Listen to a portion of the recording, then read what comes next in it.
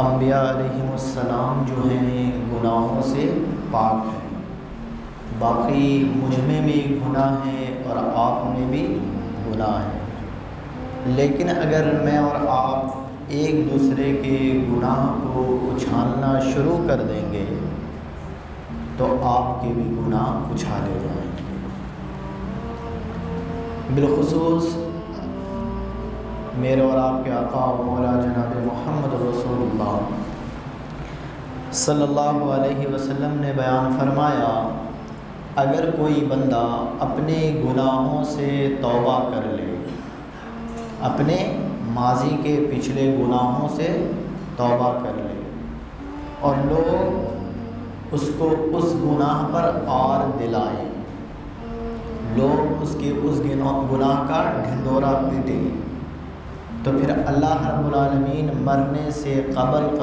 اس بندے کو اس گناہ میں مبتلا کر دے۔ میرے دوستو، آپ کا ماضی، میرا ماضی، بچپن کی جو کہانی ہوتی ہے ایک عجیب سی کہانی ہوتی ہے، انسان کہاں کہاں سے گزر رہا ہوتا ہے، لیکن انسان جب گناہوں سے توبہ کر لیتا ہے تو اللہ رب العالمین فرشتوں کو حکم دیتا ہے کہ اس کے نامہ اعمال سے سارے کے سارے گناہ کو مٹا دو، ختم کر دو، بلکہ لوح محفوظ سے بھی اس کے گناہ مٹا دیے جاتے ہیں۔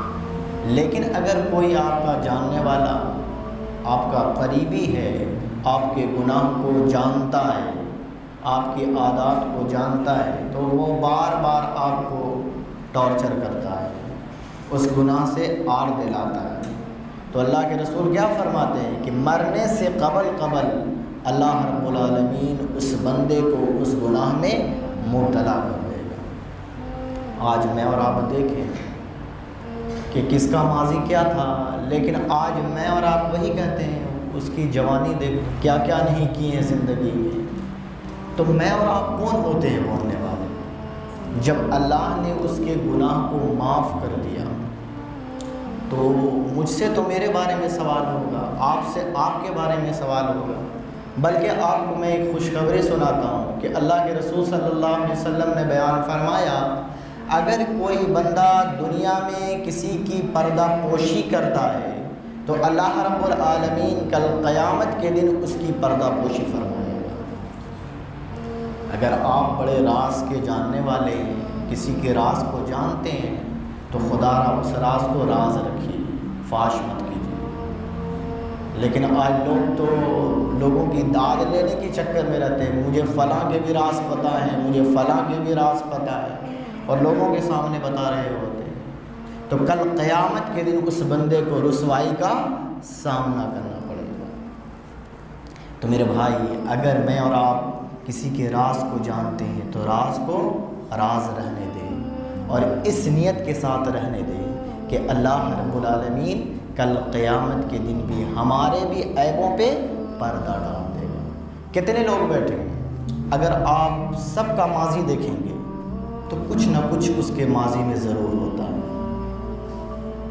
لیکن اگر کسی ایک کی بات آ جاتی ہے سارے جج بن جاتے ہیں، فیصلہ سنانے لگتے ہیں، یہ بھی ایسا تھا، اس کے باپ بھی ایسے تھے، اس کے دادا بھی ایسے تھے۔ تم اپنے اندر جھانک کر دیکھو نا، تم کہاں کھڑے ہوئے، خدا را اپنے آپ پہ توجہ دے کہ ہم کہاں کھڑے ہوئے۔ تو اللہ کے رسول صلی اللہ علیہ وسلم نے بیان فرمایا، اگر کوئی بندہ دنیا میں کسی کی پردہ پوشی کرتا ہے، کسی کے عیب کو جانتا ہے کہ اس کے اندر یہ خامی ہے، لیکن لوگوں سے چھپا لیتا ہے، لوگوں کی نظروں میں آنے نہیں دیتا ہے، تو کل قیامت کے دن اللہ رب العالمین اس کے عیبوں پر بھی پردہ ڈالتے ہیں۔ تو اس نیت کے ساتھ لوگوں کی پردہ پوشی کرنے والے